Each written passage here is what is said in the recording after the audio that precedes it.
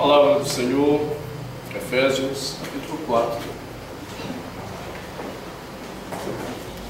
Efésios, capítulo 4.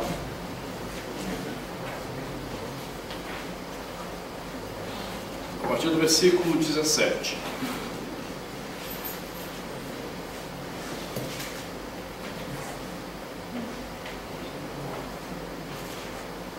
A palavra de Deus diz: isto, portanto, digo, e no Senhor testifico, que não mais andeis como também andam os gentios, na vaidade dos seus próprios pensamentos, obscurecidos de entendimento, alheios à vida de Deus por causa da ignorância em que vivem, pela dureza do seu coração, os quais, tendo se tornado insensíveis, se entregaram à dissolução, para com avidez cometerem toda sorte de impureza.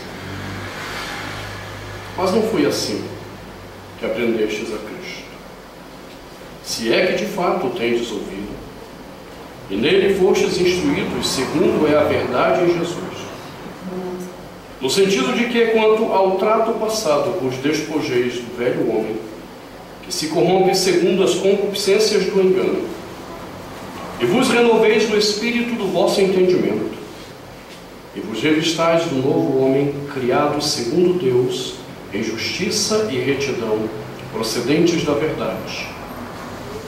Por isso, deixando a mentira, fale cada um a verdade com seu próximo, porque somos membros uns dos outros. Irai-vos e não pequeis. Não se ponha o sol sobre vossa ira, nem deis lugar ao diabo. Aquele que furtava, não furte mais. Antes trabalhe, fazendo com as próprias mãos o que é bom, para que tenha com que acudir ao necessitado. Não saia da vossa boca nenhuma palavra torpe, e sim unicamente a que for boa para a edificação, conforme a necessidade, e assim transmita graça aos que o ouvem. E não entristeçais o Espírito de Deus, no qual fostes selados para o dia da redenção. Longe de vós toda a amargura, por cólera, e ira, e gritaria, e blasfêmias, e bem assim toda a malícia. Antes, sede uns para com os outros benignos, compassivos, perdoando-vos uns aos outros, como também Deus em Cristo vos perdoou. Palavra do Senhor, demos graças a Deus. Isso te pedimos, ó Deus, nessa noite. Que de fato o Senhor reine em nossos corações, trazendo-nos a obediência da Tua palavra, trazendo o nosso coração a Ti mesmo, para que tenhamos um viver agradável aos Teus olhos, para que tenhamos uma vida que reflita de uma forma muito viva e verdadeira a presença do Teu Filho amado Jesus em nós.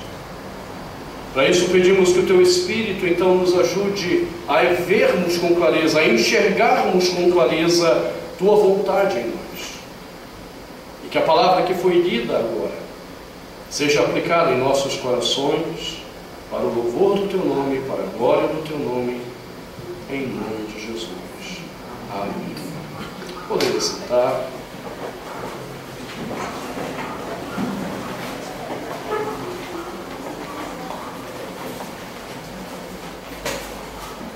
Transformados à imagem de Cristo.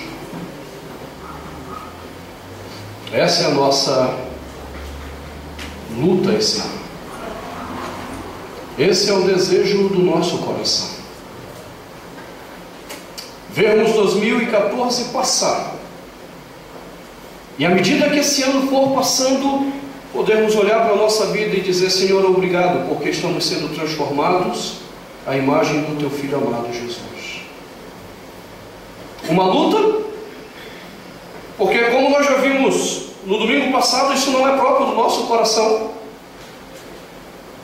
Como ímpios que éramos, e espero que eu possa dizer isso, éramos da sua parte, Porque eu tenho visto muitos cristãos que acham que são cristãos, mas continuam ímpios, continuam destituídos da graça de Deus, continuam carentes da glória do Senhor. Eu tenho encontrado muitos cristãos que se acham salvos e estão condenados, totalmente perdidos no inferno. Então eu espero poder dizer de você que você era como um gentil, como disse o apóstolo Paulo no versículo 17. E como ele mencionou, a primeira característica da vida dos gentios era viver de acordo com a vaidade dos próprios pensamentos. Então nós começamos a examinar a nossa vida para entendermos o que em nós ainda não foi moldado à imagem de Jesus. O que no nosso viver diário não foi transformado à imagem do Senhor, e talvez isso seja um sintoma claro de que não houve ainda conversão em nós.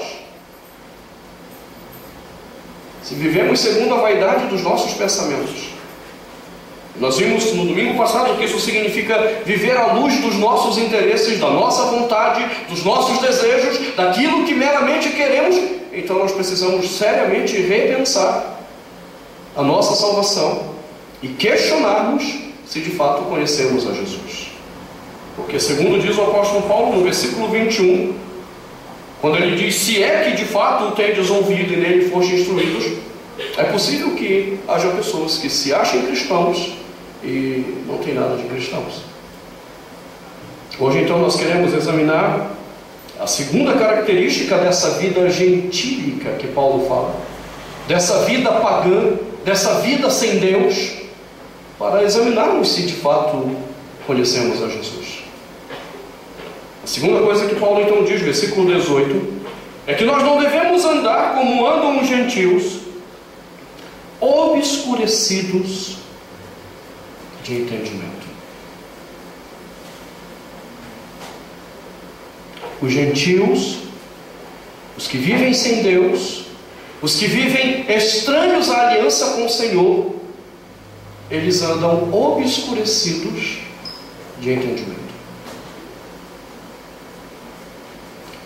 E o que Paulo estaria criticando aqui?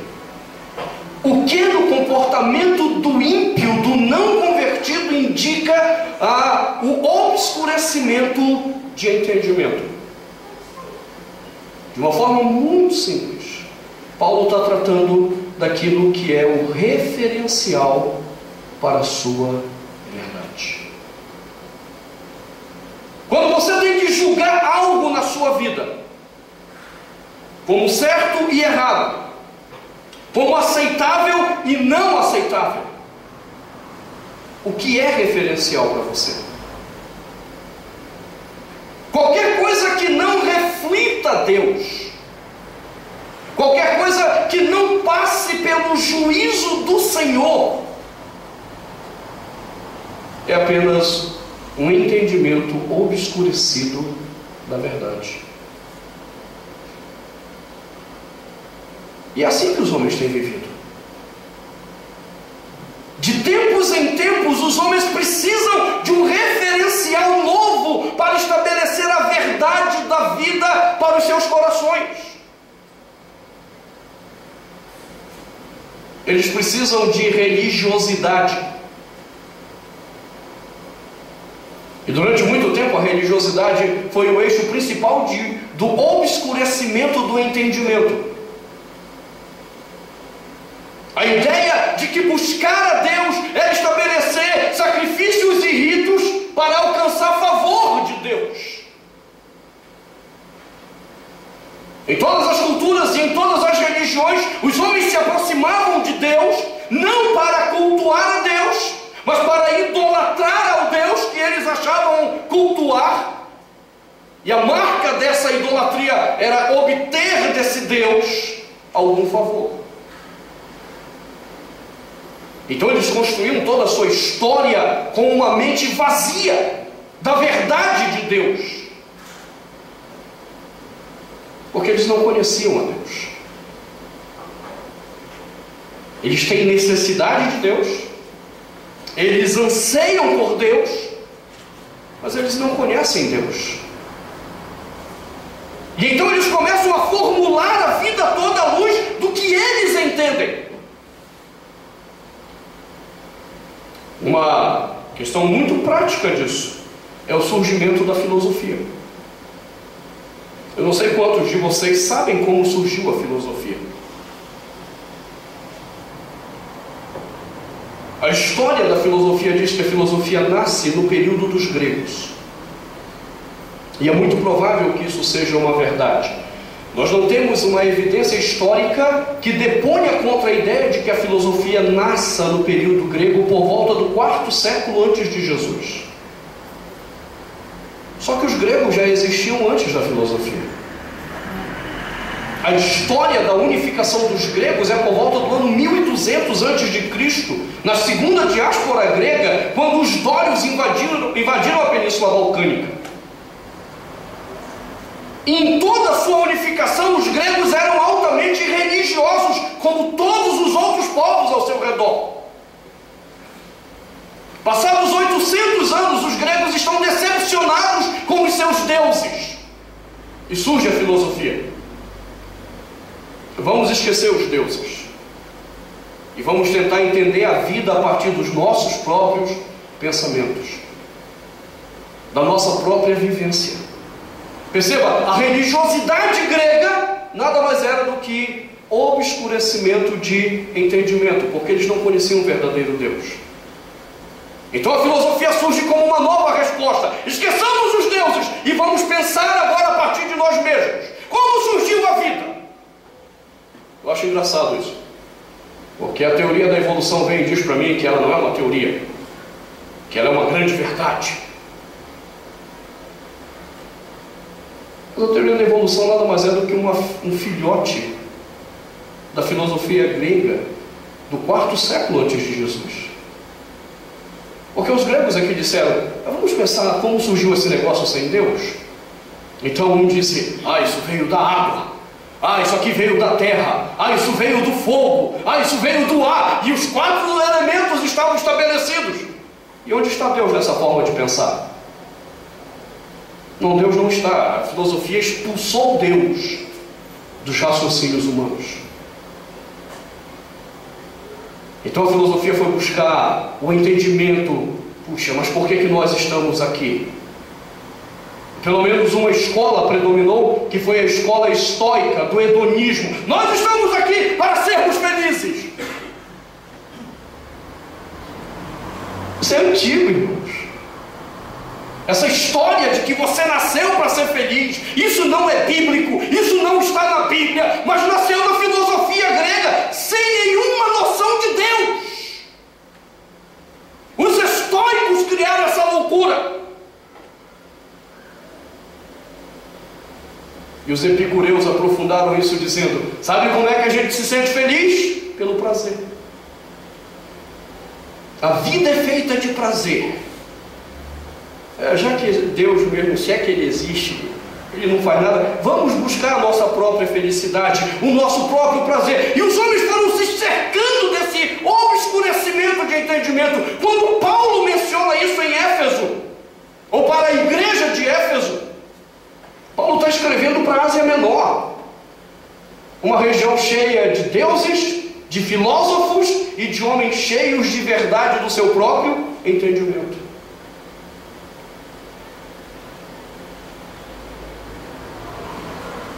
É normal que os ímpios sejam assim.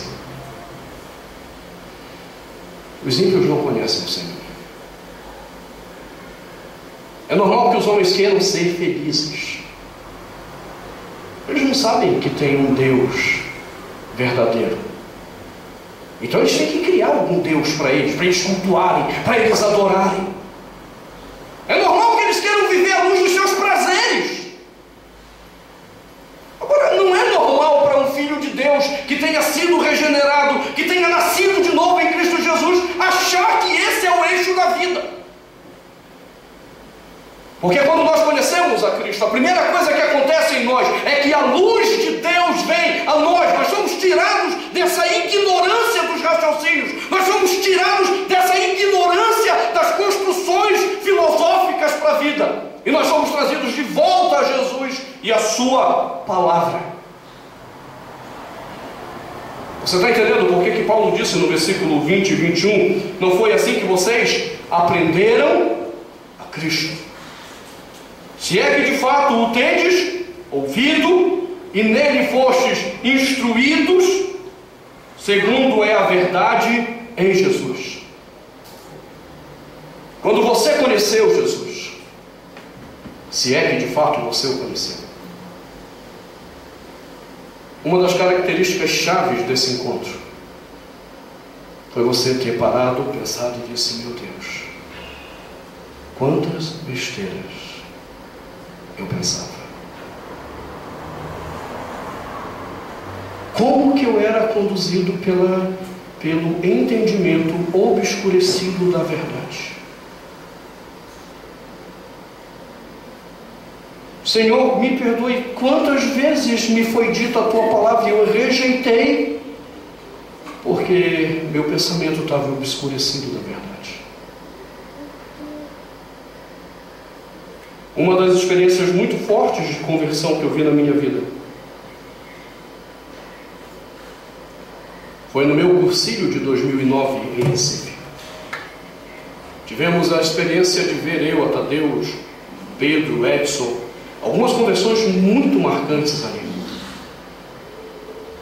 E uma das que mais me impactou foi a história de um homem que quase 60 anos da vida dele era ateu.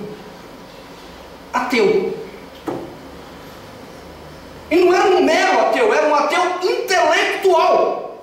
Ou seja, biblicamente, um homem destituído de qualquer inteligência.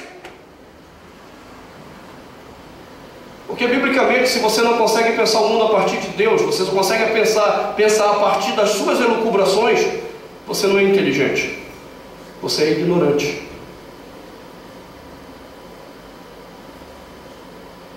Mas o ímpio, ele acha que ele é inteligente, que ele é culto, que ele é evoluído.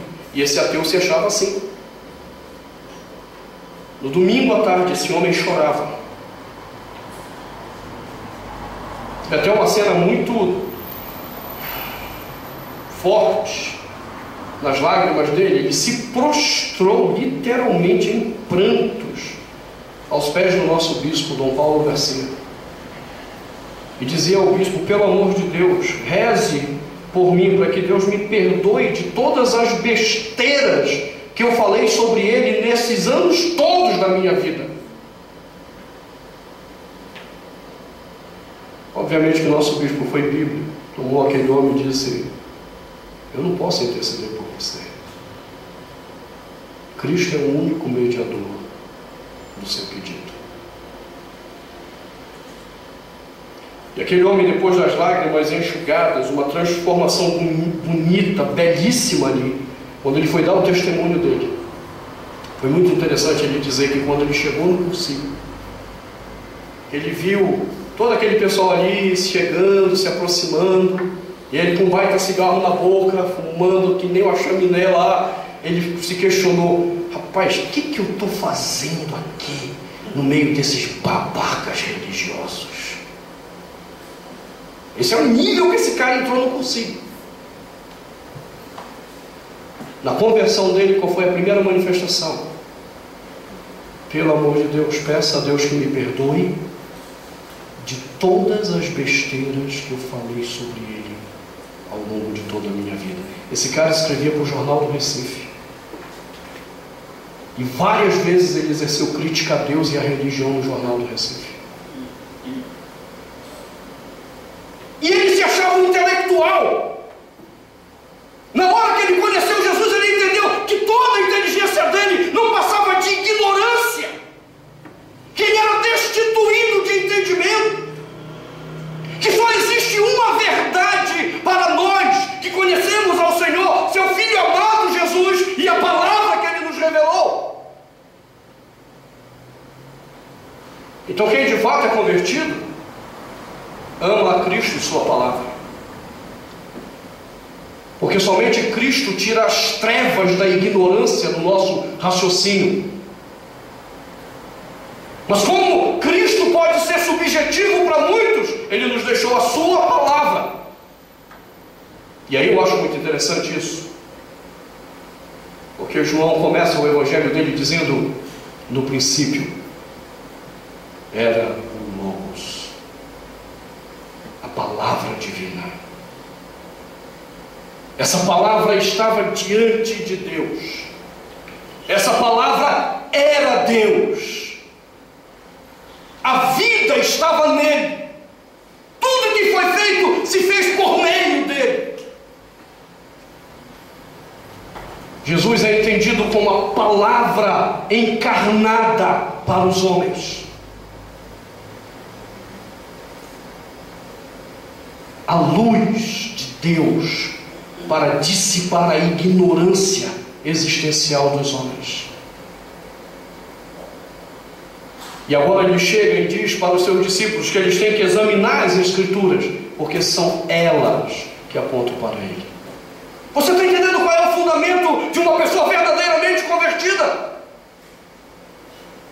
Eu não quero saber mais nada a respeito de mim mesmo, nem do que eu acredito. Não tem mais essa coisa de, eu acho que é isso, eu acho que é aquilo. Quando nós verdadeiramente conhecemos a Jesus, nós paramos com a insanidade do eu acho. E a gente se debruça sobre a palavra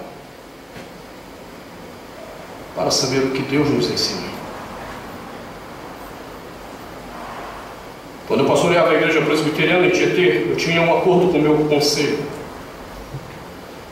Nós não tomaríamos nenhuma decisão que nós não tivéssemos clareza das Escrituras sobre o que decidíamos. E que ninguém daquele conselho estava permitindo falar, eu acho isso. Nós não temos o direito de achar nada. Quem está em Cristo não quer achar nada, ele quer saber o que o seu Senhor quer dele. Ele quer ser guiado pela luz da palavra do seu Senhor. Ele não quer ser guiado pelos entendimentos obscurecidos dos homens.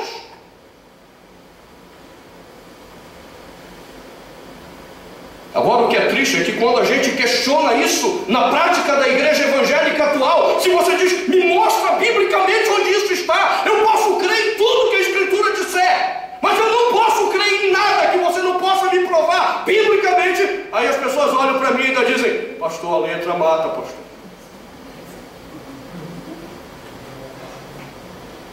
Você entende como é o entendimento obscurecido?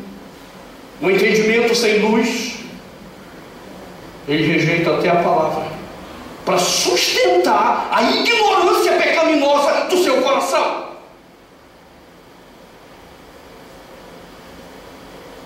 Eu tive um aluno na década de 90 na faculdade de teologia. Ele era um pastor da Assembleia de Deus. Ele ficou muito perturbado com algumas aulas minhas sobre a questão da centralidade da Escritura. Ele tirou uns 3 finais de semana para ir lá para Lusiânia só para ficar conversando comigo sobre centralidade da Escritura. E aí um dia ele foi visitar um amigo dele que estava no seminário da Igreja Sara Nossa Terra, uma igreja de heresias bravas. Se diz cristã e não tem nada de cristã. Uma igreja totalmente conduzida pelo mundo e pelos entendimentos mundanos. Ele foi visitar um amigo dele que estudava lá. E aí, conversando, ele entrou no problema da quebra de maldição hereditária, que é ensinada pelo Robson Rodovalho e todos que o seguem. O questionamento dele para aquele rapaz foi, mas meu amigo, me mostra onde que tem isso na Bíblia.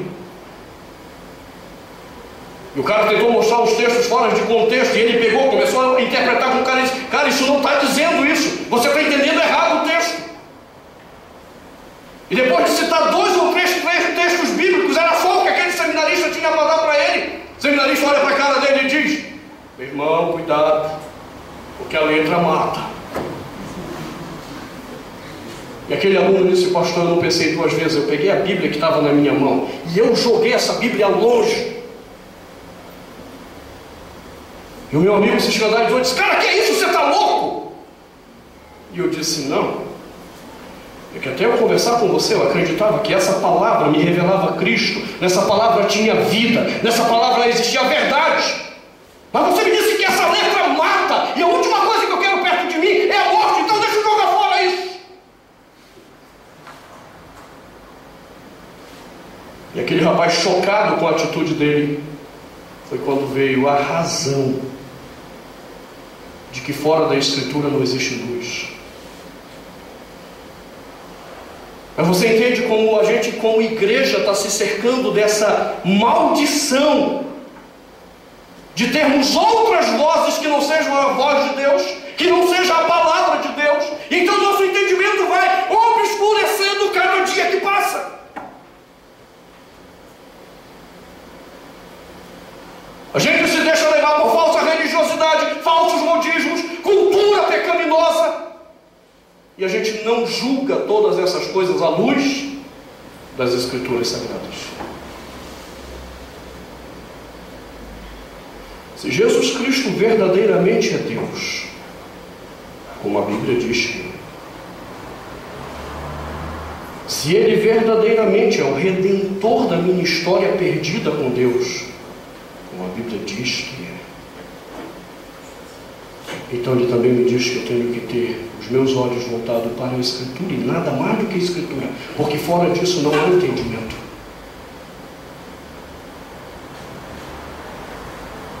Eu queria que você entendesse isso de uma forma muito mais clara ainda na criação, porque o que eu vou dizer agora talvez seja muito duro para algumas pessoas. Até que eu estou sendo light nesse sermão. Eu ainda não endureci o discurso. Eu quero que você olhe comigo o livro de Gênesis. Não tire Efésios, eu quero apenas que você entenda como esse obscurecimento de entendimento se revela.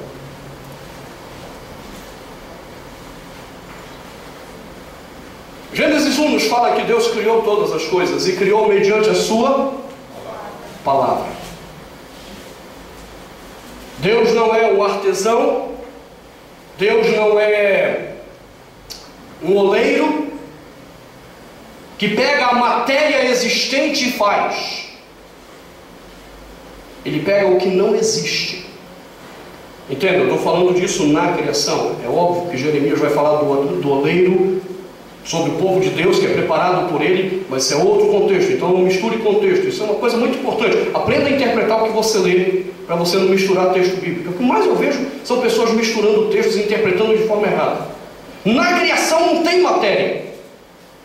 É isso que na doutrina nós chamamos de ex nihilo, criatio ex nihilo, ou seja, a criação do nada. Eu não estou falando em língua estranha. Até porque essa é outra loucura que os homens inventaram, língua estranha. Falta de estudo bíblico dá nisso. Uma vez preguei numa igreja, mencionei uma frase em hebraico, os irmãos deram glória a Deus, aleluia, achando que eu estava falando em língua estranha. Teologicamente a Bíblia diz que Deus criou o mundo do nada, criatio ex nihilo. Não havia matéria para Deus modelar, então Ele apenas diz, haja e ouve. Aconteça e vinha a existência. Ou seja, a palavra de Deus é a palavra que é a base de toda a criação. Ela é o DNA de toda a criação. Palavra perfeita que cria um mundo perfeito. Então Ele cria o homem. Coloca o homem no jardim e diz para ele, você vai apenas fazer uma coisa a mais, além de cuidar do jardim. Você não vai comer da árvore que está no meio do jardim.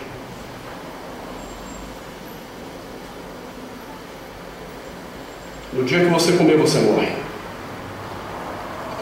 Não é porque a árvore é mística, não é porque a árvore é mágica. Não tinha nada de especial naquela árvore, irmãos. Nada. Ela apenas estabelecia a aliança de obediência do homem com seu Deus. Você vai ouvir que voz? Você vai crer em qual palavra? Essa árvore aqui é o símbolo da nossa aliança. Não é à toa que ela está no meio do jardim, com uma linha divisória de bem e mal. E entenda, não era também uma maçã. Eu já disse para vocês que era uma jaqueira. É porque eu adoro jaca, então cada um interpreta segundo o seu coração pecaminoso. E Deus não havia proibido de comer jaca, ou qualquer outra fruta que fosse aquela. O homem podia comer todas as frutas, ele não podia comer da fruta da árvore que estava no meio. Ou seja, Deus também não proibiu nada ao homem. Deus apenas quer que o homem tenha a sua forma de pensar moldada pelo seu pensamento, porque Ele é o Criador, é Ele que entende como essa vida funciona, é Ele que sabe como todas as coisas funcionam e como nós alcançaremos a plenitude da vida para a qual Ele nos criou. Então eu tenho que ouvir a voz do Criador. E aí de repente aparece uma outra voz. Está lá Eva passeando, uma voz lá na ápice. E aí Eva? E Eva vai ouvir. E essa voz, primeiramente, ela distorce o que Deus havia dito. Ei, é verdade que Deus disse que vocês não podem comer árvore de nenhum fruto aí do jardim? Isso é distorção da palavra. Eva se sai bem, não foi isso. Ele disse que a gente pode comer de todas as árvores, mesmo que está no meio do jardim. Porque eu digo que a gente comer, a gente morre. Distorcer a palavra não deu certo. Deixa eu tentar negar a palavra. Morrer? Que morrer o quê? Deus sabe que no dia que você comer isso aí, vocês vão ser conhecedores do bem e do mal. E eles pecam. Por quê? Porque seu entendimento foi obscurecido da verdade. Seu entendimento foi obscurecido da luz que procedia do Criador. E é interessante então que em Gênesis 3, observe comigo agora, versículo 8. O Senhor chega ao jardim e encontra aquele homem em estado de pecado. E diz o versículo 8: quando ouviram a voz do Senhor Deus, que andava no jardim pela viração do dia, esconderam-se da presença do Senhor Deus, homem e sua mulher, por entre as árvores do jardim. E chamou o Senhor Deus ao homem e lhe perguntou: onde estás? E ele respondeu: ouvi tua voz no jardim, porque estava nu, tive medo e me escondi. E então perguntou-lhe Deus: quem te fez saber que estavas nu? Porque se você tiver olhado ou lembrar, no versículo 25 do capítulo 2 havia dito que homem e mulher estavam nus e não se envergonhavam. Enquanto eles ouviam apenas a voz do Senhor, o seu entendimento não conhecia lascívia, prostituição. Quem te fez saber que estava junto? Eu já disse a vocês, eu tenho um amigo, o pastor Gabriel, ele costuma dizer, quando ele olha esse texto, que a pergunta que está por trás é: quem te fez saber outra voz? Quem te ofereceu outro entendimento? Quem te ofereceu outra base de verdade que não seja a minha palavra? Você entende? Não é possível conversão sem que em nós seja restaurado o entendimento segundo a palavra de Deus.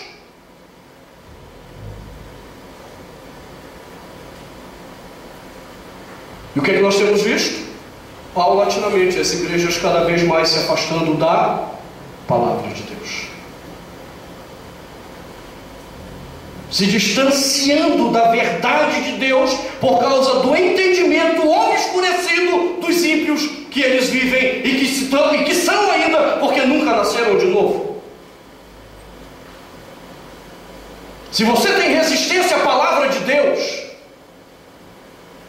em nome de Jesus eu te convido, sinceramente,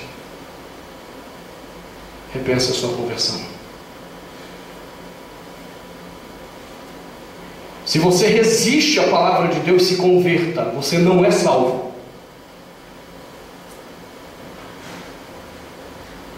Não estou dizendo para você que a palavra de Deus é fácil.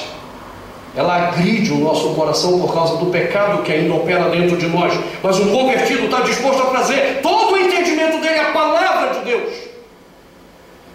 Quem de fato conheceu Jesus, ainda que o pecado lute dentro do seu coração, ele quer trazer o coração dele à palavra de Deus. Ele quer ter a sua mente renovada pela mente de Cristo dentro de si.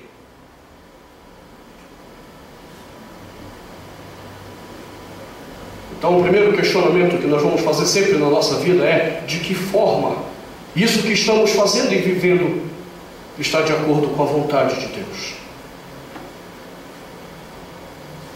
Porque é a mente dele, o querer dele, a vontade dele, que é importante para alguém convertido. Então eu poderia mencionar um monte de outras práticas que muitos crentes estão fazendo porque se recusam a pensar biblicamente.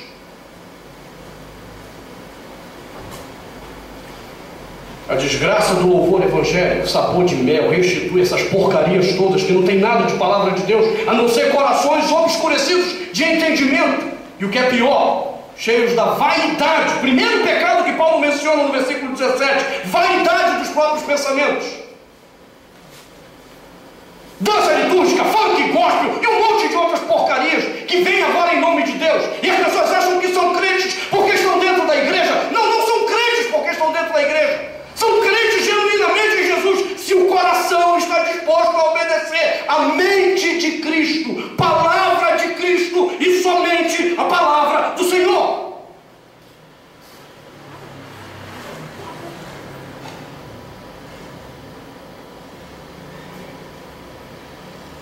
Você entende isso? Se nós não temos a nossa mente renovada pela palavra do Senhor em nós não somos convertidos. Se a gente quer pensar a vida a partir do que o mundo diz para a gente que é correto, nós não somos convertidos. Daí porque a minha profunda crítica a toda a psicologia. A psicologia não passa de cientistas, pseudocientistas obscurecidos de entendimento, examinando homens obscurecidos de entendimento nos seus comportamentos, que são frutos da vaidade dos seus pensamentos, para dizerem para mim agora o que é certo e o que é errado. Nenhum psicólogo tem autoridade para me dizer o que é a verdade. Porque a verdade só é conhecida segundo a palavra. E também nenhum teólogo tem autoridade para me dizer o que é a verdade. Porque esse teólogo pode estar obscurecido de entendimento. Qualquer crente fiel que queira entender a palavra tem autoridade para me dizer o que é a verdade. E muitas coisas que Deus tem me ensinado sobre a verdade, eu tenho aprendido com pessoas simples, que amam sinceramente ao Senhor e amam sinceramente a sua palavra.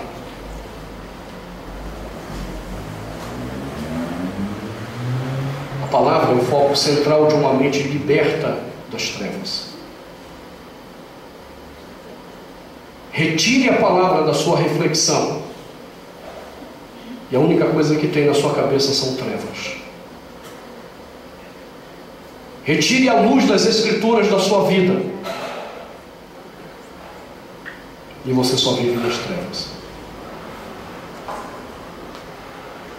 Por isso foi tão caro para os reformadores a declaração sola Scriptura.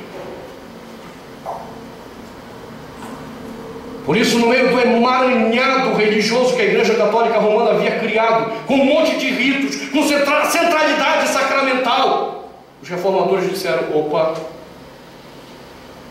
vamos examinar a Escritura.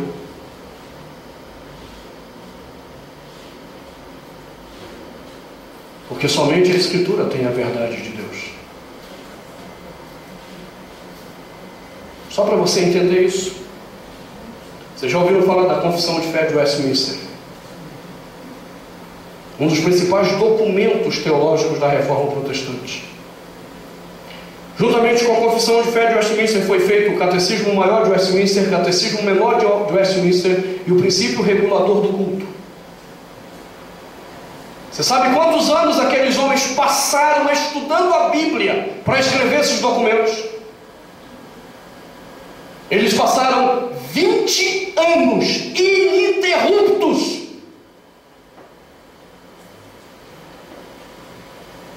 estudando a Bíblia, ponto por ponto da doutrina cristã. E só um detalhe, toda terça e quinta era o momento de devocional deles, em jejum. Você sabe como era a devocional desses homens? Iniciava com uma oração, ajoelhados. Uma oração que durava em média 3 horas. Então depois alguém tomava a palavra para expor a palavra para aquele corpo de teólogos. A pregação durava 2h30, 3 horas. Então eles cantavam um hino ao Senhor e faziam a última oração do exercício devocional. Uma oração que durava mais umas 2 horas. Toda terça e toda quinta, durante 20 anos. Em jejum. Examinando ponto por ponto as Escrituras, porque somente a Escritura tinha a verdade de fé e prática. E aí eu vejo surgir igrejolas fajutas por aí, que nasceram segundo a vaidade dos seus fundadores, que nunca gastaram um tempo para orar, jejuar e se debruçar na Escritura, para entender a verdade de Deus. Homens que saem pregando a podridão dos seus corações e vêm falar em nome de Deus.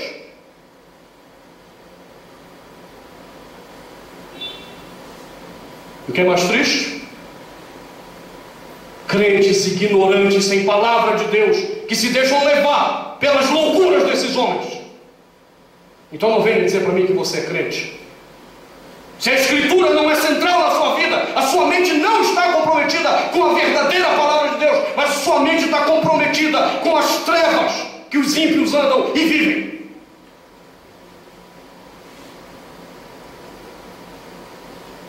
Agora apenas para você entender. Em Gênesis é revelado quem traz o obscurecimento do entendimento. Quem cativa a mente dos homens para longe de Deus e da sua vontade? Satanás.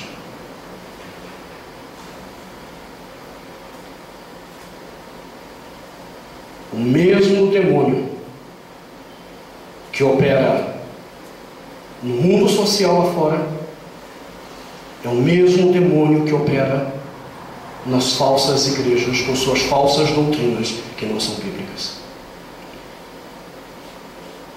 Na boca desses pastores que nos pregam aquilo que não é palavra de Deus, existe a boca de Satanás. E nada mais do que isso.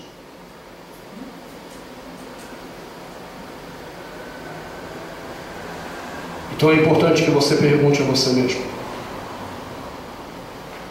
você é salvo realmente? Você, quando conheceu a Jesus, você trouxe a sua mente cativa a Cristo e sua palavra? Você quer pensar todas as coisas na tua vida sob a ótica de Cristo e sua palavra? Você quer viver todas as coisas na tua vida em total obediência a Cristo e sua palavra?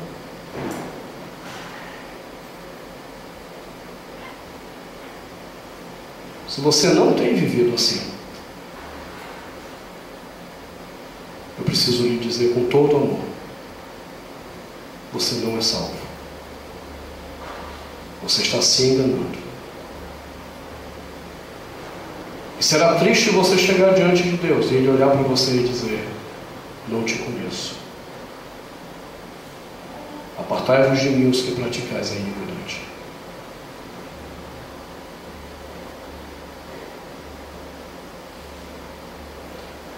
podemos ser transformados à imagem de Cristo se o nosso entendimento da verdade for iluminado pela presença dele. E a presença de Cristo se faz conhecida em nós, não é pelo ciricutico que você teve no culto, pelo arrepio que você teve e pelas lágrimas que você derramou. A presença de Cristo é conhecida em ti pela disposição de obedecer a palavra dele. Então você sabe que Cristo está em você. Se você não tem disposição de obedecê-lo, então você não tem Cristo em você. Não se engane. Quero convidar você a curvar a sua cabeça, a fechar os seus olhos nesse momento.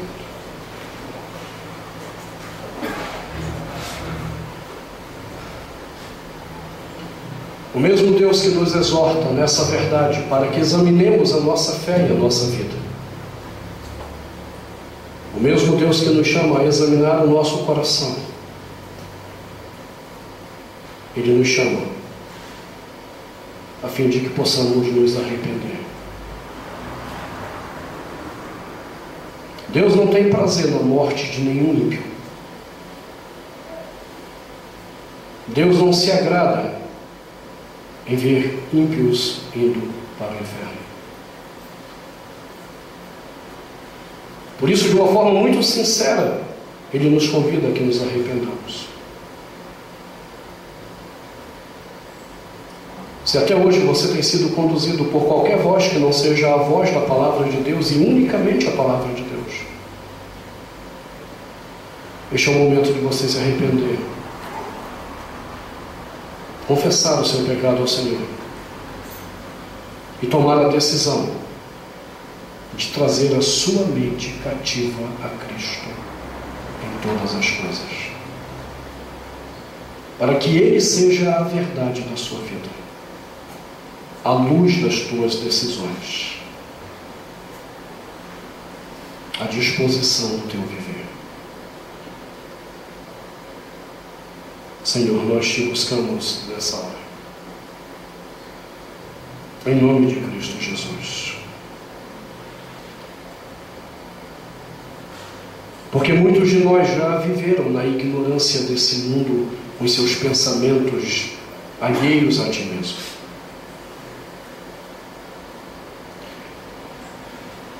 E mesmo tendo conhecido o teu Filho, ainda lutamos com esses pensamentos que tentam nos afastar de ti, nos falando de uma falsa verdade. E nós que te conhecemos e temos pecado contra ti, pedimos que nos perdoes. Pedimos que o Senhor cure o nosso coração e nos traga a ti mesmo, com nossas mentes cativas ao Senhor. E se nesse lugar há pessoas que têm vivido segundo o obscurecimento do entendimento, segundo o mundo, segundo os gentios, segundo os ímpios que não te conhecem, e que porventura tenham entendido essa palavra nessa noite, pedimos ao Senhor, como igreja do Senhor, que conceda perdão se este coração se encontra arrependido. E concedendo o perdão, que o Senhor comunique vida, a vida do teu filho a essa pessoa, para que ela seja transformada à imagem daquele que te ama, aquele que te obedeceu em todas as coisas, não somente deixando o céu e se fazendo homem, mas tomando a nossa morte na cruz para a nossa redenção, o teu Filho amado Jesus.